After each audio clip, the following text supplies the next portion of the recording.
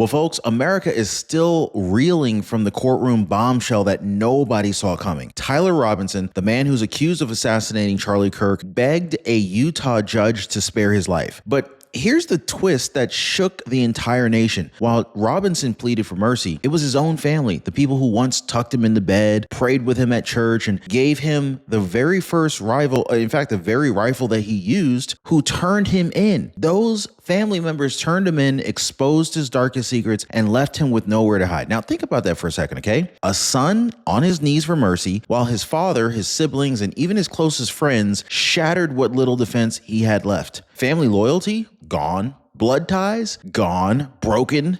I mean, the betrayal was complete. Now, here's the part that really stuns everyone. What his relatives revealed about his spiral, about his obsession, his isolation, his dangerous ideological drift. This is even more disturbing than his cold, blank stare in court. In fact, this isn't just a courtroom drama. This is a story of heartbreak, betrayal, and the raw collapse of a family that's caught in the middle of America's most shocking political assassination in decades. Now, I have to ask you guys a question. Do you think he should get the death penalty, or should he get like life in prison? Y'all let me know. Drop a 1 for prison, drop a 2 for the death penalty. Because guys, what you're about to hear today, this is not just the story of a killer that's begging for his life, but it's actually a family forced to choose between their country and their son. And the decision that they made, this is going to haunt this nation forever. Hit the like button and subscribe, guys. So now that today's date is pretty much burned into American history, inside of a Utah courtroom, the entire country watched live as Tyler Robinson, the 22-year-old accused of assassinating Charlie Kirk, was brought before Judge Tony Graff. Now, what did we see? Not rage, not tears, no crying, but a man in a green anti-suicide vest, sitting stiff as a statue, his face locked into a blank, chilling stare. Millions of Americans tuned in, watching this thing, waiting for some kind of emotion, maybe some remorse, anything that showed that this guy was human. But Robinson, he just looked completely detached, almost like he wasn't even there, like he mentally checked out, until the sentence was read, until the words death penalty echoed across the courtroom. That's when the mask cracked. That's when this cold, detached assassin did something that froze the entire nation. He leaned forward, and for the first time, he begged. He begged the judge for mercy. He pleaded not to be executed, and then, in a very desperate twist, he claimed he hadn't acted alone. He said someone else gave the orders. Now, can you imagine? This man, who prosecutors say meticulously planned every detail of Charlie Kirk's murder, suddenly pointing the finger at a shadowy other. Now, the courtroom just gasped. Millions of people watching at home, they couldn't believe what they were hearing. But Judge Graff wasn't swayed. He read the charges one by one like a hammer striking steel. Aggravated murder, felony firearm discharge, obstruction, witness tampering, and the most gut-wrenching of all, committing this violent act in front of a child. Every word landing like a thunderbolt. And then Utah County Prosecutor Chad Grundernar, he stood up with the weight of the state behind him. He made it official. The death penalty is on the table. No mercy. The state of Utah was ready to execute Tyler Robinson for assassinating one of America's most influential conservative voices. The contrast couldn't have been any more haunting. On the one side, prosecutors unleashing the full power of the law, but on the other side, you got Robinson, monotone, barely whispering his own name, Tyler Robinson. A voice so flat, so detached. It sounded like someone ordering coffee at a drive-thru, basically. Not a man that was fighting for his life. Yeah. So across America, people are asking, is this cold indifference the face of evil, or the face of a man who already knows that he's lost the battle? I don't know about you guys, but there's a whole lot more to this. I promise you, this is only the beginning, because the true shock actually came not from the courtroom itself, but from the people who knew Robinson best, his own family, the ones who recognized him from the rooftop photos, the ones who picked up the phone and handed their own blood to authorities. Yes, that same family, guys. So here's where the story takes a turn that no one was prepared for, because the manhunt for Charlie Kirk's killer didn't end with FBI agents cracking some secret code or some high-tech drone spotting a suspect on the run. No, none of that. It ended with something far more painful. It ended with family. That's right, guys. When the grainy rooftop images hit the airwaves, a dark figure carrying what looked like a rifle, Americans squinted at their TV screens, kind of figure out, who is this guy, right? Trying to make some sense of this stuff. But one man didn't have to guess. Tyler Robinson's father, a conservative corrections officer, recognized that face instantly. The posture, the hairline, the way his son carried himself, those details were invisible to the public, but they were undeniable to a father who had watched him grow up. And so it wasn't just him. A minister close to the family confirmed the same thing. The whispers were clear. Oh, that's Tyler. So the father picked up the phone, a call that no parent ever dreams of making, a call that turned his own flesh and blood over to authorities. That was the moment suspicion became certainty, and the manhunt was over. Now I gotta ask you folks, how many of you guys, if you're a parent, let me know if you're a parent, because this is a question for the parents out there. Imagine you are the father in this situation. Imagine you're the mom in this situation, right? Would you have turned your son in if you believe that he was the assailant, if you believe that he was the shooter in this situation? Drop a yes if you would turn your son in. Drop a no if you never under any circumstances would have ever turned him in. I want to hear from you guys. I'm just curious to know, how would you guys have handled the situation? Because not everybody would do the same thing. Now think about the paradox here, folks. Loyalty to country versus loyalty to blood. So a father who raised his son in conservative values, in faith, in discipline, now staring at the unbearable truth that his son was accused of assassinating Charlie Kirk, and it was up to him to seal his fate. And the pain of that decision, it's got to be crushing. Now, reports say the Robinson home has been plunged into silence ever since. Curtains drawn, neighbors whispering. A house that was once pretty active in the community is now wrapped in shame. Some in the community call the father a hero, a man who did what had to be done no matter what the cost. Others are whispering betrayal, wondering how he could have ever handed over his son to face the death penalty. Now, imagine living with that kind of tension. One half your neighbors are calling you courageous, but the other half, the subdivision, they're accusing you of treachery. Now, drop me a comment down below. Drop a hero if you think the dad's a hero. Drop a traitor if you think the father should never have turned his son in. But here's the deeper tragedy. For the father, it wasn't just about losing a son to crime. It was about watching him drift, watching him break away from the values of his own household. Tyler, he turned to late night rants, online debates, radical ideology, and now his family is the one that's carrying the weight of exposing him. Now, in that courtroom, Robinson begged the judge to spare his life. But at home, his father had already made sure that there would be no mercy. The betrayal was complete. Now, if you thought that the father's anguish was painful, wait until you hear about the silence of his mother. The cracks tearing the Robinson family apart from the inside, guys. Neighbors talk, and lately, they're all saying the same thing. I called Chapter about my Medicare plan, and it saved me money. Now, this is exactly why I partnered with Chapter, because when people start comparing stories, Medicare becomes the one topic nobody wants to ignore. So let me ask, when your neighbors already know the secret, do you really want to be the only one who's left out and doesn't know? Now, most people, they're dialing the phone number at the bottom of your screen right there, or they're visiting askchapter.org/Ron. Telephone number is 909-563-8279. Now, if the father's decision was loud, a ringing phone call to authorities that sealed his son's fate, then the mother's reaction was the exact opposite. Silence. Since the arrest, Tyler's mother, or Tyler Robinson's mother, has vanished from public life. Neighbors say she no longer shows up at church. She doesn't step outside of conversation. She doesn't step outside for conversations. The blinds remain drawn. The house is dark. The silence is heavy. Reporters have tried. Relatives have asked, but she has refused to say a single word about what happened. Now, sometimes silence speaks louder than words, because what does that silence really mean? Was she in disbelief?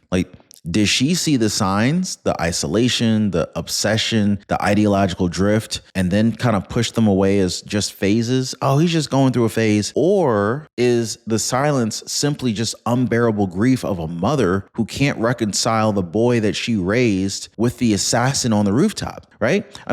Her absence has become a story in and of itself. It's a symbol of pain that's just too deep to articulate, it's too raw to explain. A mother can't bear to believe that she birthed this evil type of human being. And in a family that's, once active in their church, once known in the neighborhood, her disappearance has only deepened the stigma. But the cracks do not stop with her. Inside the Robinson family, divisions run deep. Brothers and sisters who once tried to pull Tyler back from the edge, now carrying guilt that maybe they didn't do enough. Some reportedly urged him to drop the online debates, to focus on school, to just be normal again. But he wouldn't listen. And as his obsession grew, the distance widened. And so now these siblings are left to grapple with two unbearable weights: the shame of sharing his last name and the guilt of wondering whether they could have stopped him. Some cling to disbelief, saying that there must be more to the story, but others grimly accept the evidence: DNA on the rifle, rooftop footage, text messages to his roommate, and still they're struggling to connect that evidence with the brother that they once laughed with at the dinner table. Now, the Robinson home isn't just silent, it is fractured.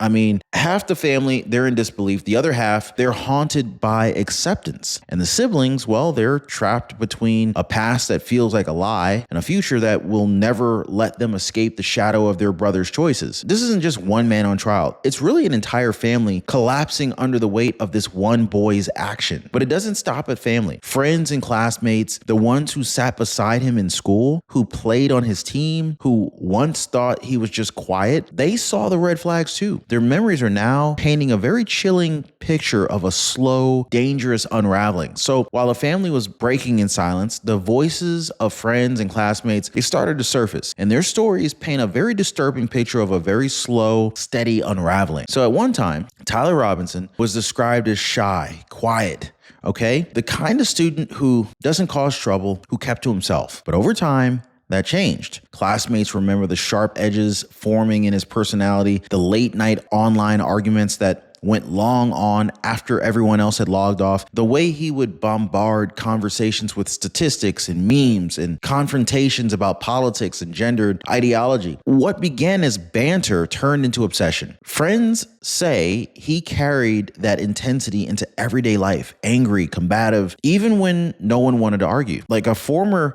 teammate recalls how he pulled back from social outings, refusing to hang out, always muttering about corruption and decay in society. And here's the haunting part. The signs were there. The withdrawal, the fixation, the endless scribbling in notebooks filled with statistics and slogans, the isolation, sitting at lunch with headphones in, scrolling endlessly through his phone. At the time, they just kind of brushed it off as quirks. But now, those very same quirks, they look like red flags in hindsight. Warning signs that nobody took seriously enough. But the most explosive revelations don't just come from classmates, they actually came from inside of his home. Because as the investigation dug deeper, it uncovered disturbing family secrets and ideological battles that had been tearing the Robinson household apart. Now remember, this wasn't a boy raised in liberal enclave. This was Utah, a conservative Mormon family, a Republican household. His father worked in corrections. His mom was a social worker. Politics in the Robinson home leaned red, deeply red. And yet, Tyler began to drift. He started leaning toward pro-gay, pro-trans positions. Not only that, but he actually entered into a relationship with his transitioning male roommate. For his parents, this was more than a shock. It was a clash of values. This was a clash of values that cut to the core of the household. In fact, the tension grew. His father stood firm in his conservative ways. Tyler pushed harder in the other direction. Arguments exploded, distance widened, and what had once been a very close family turned into a home split by ideology. Then came the ultimate betrayal, the weapon. The rifle used in the assassination wasn't stolen from some criminal ring or purchased off the black market or even off the streets. It was a family heirloom, a bolt-action rifle gifted to him by the very family whose values he now rejected. He didn't just turn it on Charlie Kirk, he turned it on everything that his family believed in. Now imagine that, guys. A father handing his son a rifle as a symbol of tradition, trust, family history, and that son using it to commit one of the most heinous, shocking political assassinations in American history. The symbolism is just devastating. And that's when this story really kind of exploded beyond friends and family, because two of the most powerful voices in America, President Donald Trump and Elon Musk, weighed in. Their reactions completely transformed this strategy into a national flashpoint. Now, when the courtroom shock gave way to family betrayal, the story, it was already front page news, but it didn't stay local for long, because when two of the most powerful voices in America stepped in, this case went from tragedy to national flashpoint. First, President Donald J. Trump, standing at the rally, the commander-in-chief called the murder of Charlie Kirk what it was: a heinous political assassination. He didn't mince words. He praised Tyler Robinson's father for the courage to step forward and help identify his own son, saying it showed loyalty to America over loyalty to blood. And Trump didn't stop there. He warned that this assassination proves conservatives needs stronger protections at public events, and vowed it would never be ignored under his watch. Then came Elon Musk. Using his massive platform, Twitter, also, recently named X, Elon Musk zeroed in on what he called the toxic culture of extremism eating away at young men like Robinson. He pointed that finger directly at left-wing echo chambers, accusing them of fostering the kind of real-time radicalization that pushed this 22-year-old over the edge. His comments, they set off a firestorm with critics, calling it oversimplification, but Elon Musk's bluntness lit up social media. Together, Trump and Musk elevated the story far beyond the courtroom. It became a referendum on ideology, on free speech, on America's direction under Trump's second presidency. All of a sudden, this wasn't just about Charlie Kirk's killer. It was also about whether America itself could stop tearing itself apart. And if you thought that was explosive, guys, the online reaction made it even bigger because the conspiracies, they came fast and they came loud. Within hours, forums and social feeds were buzzing with speculation.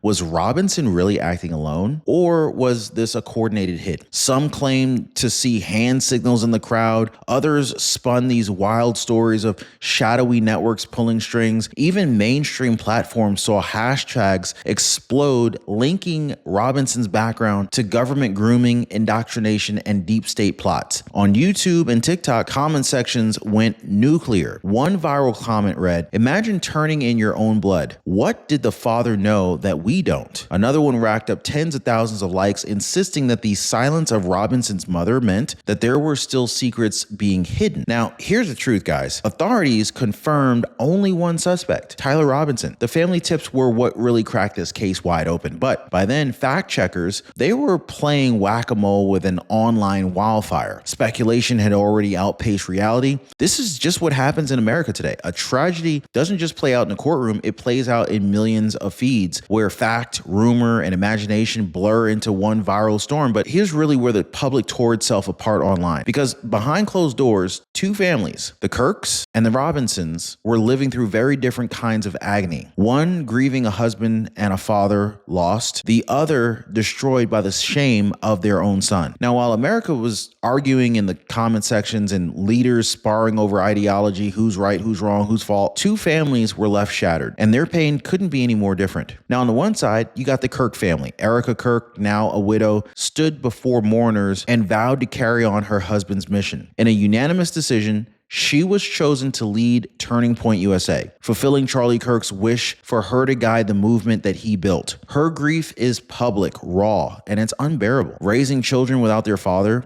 while millions look at her as a symbol of resilience. Every new revelation about Robinson's past only deepens the cruelty of what was stolen from her family. Now, on the other side, the Robinsons, a home darkened, blinds pulled shut, silence where laughter once lived, a father praised in public as courageous but tormented in private by the choice to turn in his own son, a mother who refuses to speak at all, her silence louder than any words, siblings fractured, carrying the stigma of a last name now tied to one of the most shocking political assassinations in decades. Two families, one mourning a victim, the other one mourning a son who's still alive, but dead to the country that now despises him. And both are trapped in a tragedy that they're trapped in a tragedy that they never asked to write. But America isn't done with the story. Far from it. The next court date looms, September 29th. Mark your calendar, guys. September 29th, 2025. A waiver hearing that will set the stage for years of legal battles, appeals, and endless scrutiny. But the political battle, this is already here. Turning Point USA is surging, reporting over 32,000 new chapter inquiries since Charlie Kirk's death. Grassroots conservatives are rallying around his legacy like never before. And the questions that are haunting this nation, they're not going to go away. Like, how does a quiet boy from a conservative Utah home spiral into a political assassin? Like, how many warning signs were missed by classmates, teachers, even his own family? And in a country that's this divided, how many more Tyler Robinsons are waiting in the shadows? Tyler Robinson begged the judge for mercy, but his family's betrayal, his father's phone call, and the evidence stacked against him may have already sealed his fate. No mercy, no escape, and no undoing the heartbreak that his bullet unleashed. Now, this isn't just about one killer. This is about America, our families, our politics, our future. A reminder that sometimes the greater danger doesn't come from strangers in the dark, but from the ones that are sitting quietly at our own kitchen tables. Now, if you found this video breakdown helpful, powerful, please do not forget to hit the like button, share, and subscribe. Drop your thoughts down below. Should Tyler Robinson get mercy, or did his own family's betrayal prove he deserves the ultimate punishment, the death penalty?